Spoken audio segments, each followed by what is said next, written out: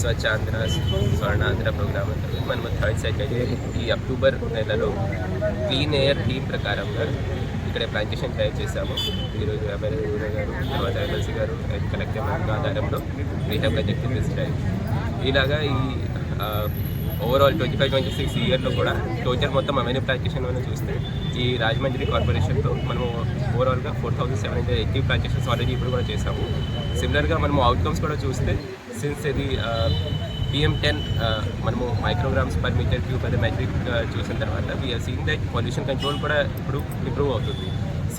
మన రాజమండ్రి కార్పొరేషన్లో 2024 పీక్ అయిన తర్వాత ఇప్పుడు కంటిన్యూస్గా ఈ PM10కి మనము రెగ్యులర్గా మెజర్మెంట్ చేసినట్టే చూస్తాము.